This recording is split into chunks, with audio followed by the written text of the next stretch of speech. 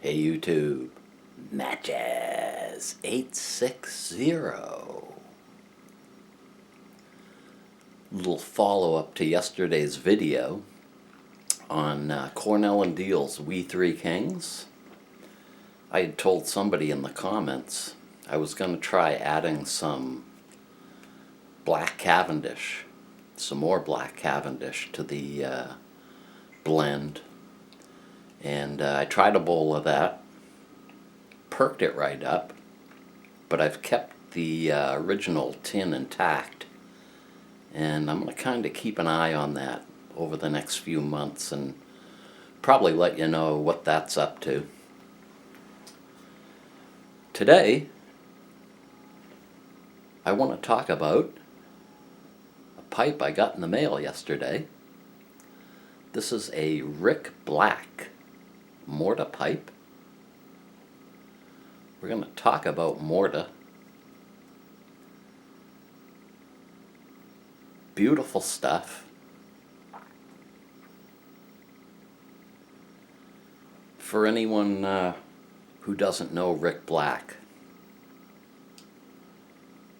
he started on YouTube a couple of years back.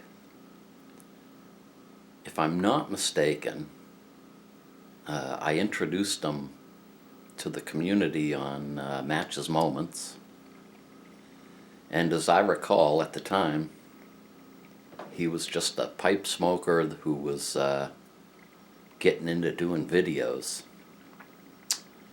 And at some point, he mentioned that he made pipes, and if anyone was interested, to contact him. I missed that video, and at about the same time, he changed his YouTube handle. And next thing I know, there's this guy, Rick Black, putting out a bunch of pipes. Does fantastic work. And we're going to light this baby up and talk about Morta wood.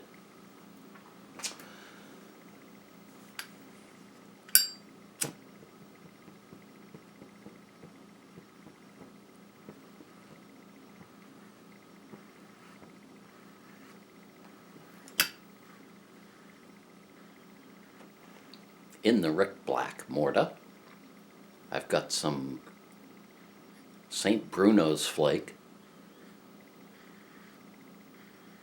sent to me by Phil Rivera.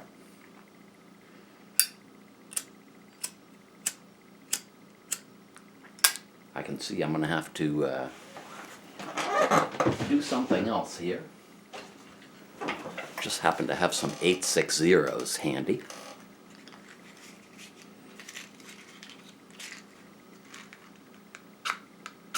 And normally,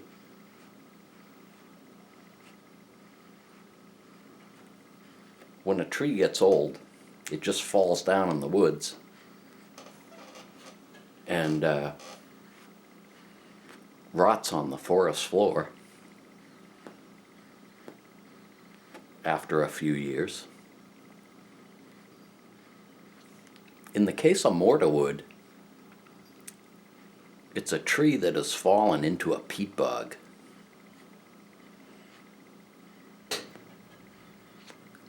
The wood ends up in an environment where there's no oxygen. It's moist. It's acidic. And over the course of many, many years, it's almost like being pickled. The wood gets the sap and the tannins drawn out of it. They end up in the moisture around the wood. And the wood just ages to this black color eventually. This is 5,500-year-old Morta.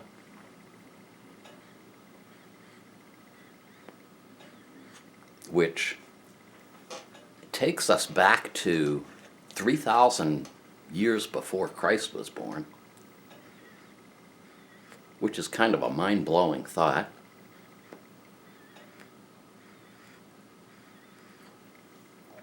And the next step for this, if it was left where it was, in a few thousand years, this would end up being just a hunk of coal.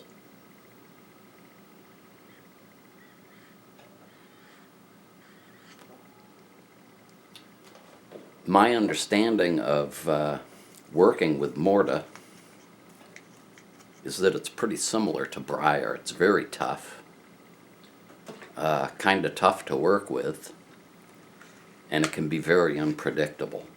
Soft spots, bad spots.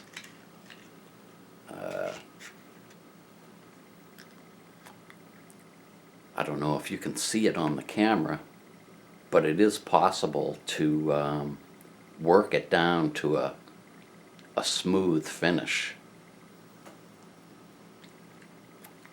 The outside of it, which in the case of this pipe is very rough, and the feel is exactly like a piece of driftwood you'd find on the beach.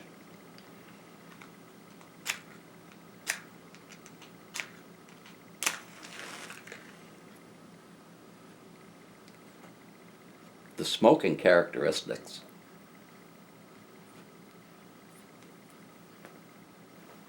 are unbelievable, very similar to a corn cob, where you don't get any extra flavor out of the wood, just tobacco. Although Rick had mentioned that the first bowl, there might be a little bit of a taste out of it. The only thing I could detect was a very, very slight hint of a cedary taste. But that has since gone. The smell of the wood itself is interesting. It took me back to when I was a kid, and we used to cover our school books with paper grocery bags. On a rainy day, you'd get to school and put the books on your desk, and you'd smell this kind of a musty, wet cardboard smell. Not offensive, just different.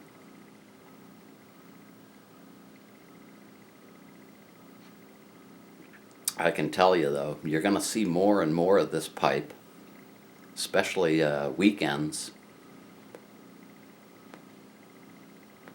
because it's such a pleasure to smoke.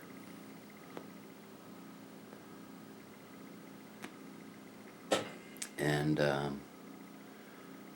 just thinking about the age of it as you enjoy the smoke is amazing. I had never heard of Morta wood till a couple of years back when I forget who the supplier was. Could have been Chris Morgan or someone else. Was saying that they had some blocks available. So I feel really fortunate to have this gem. And as I said, you're going to see more of it. And I want to thank you all for watching. Have a great weekend.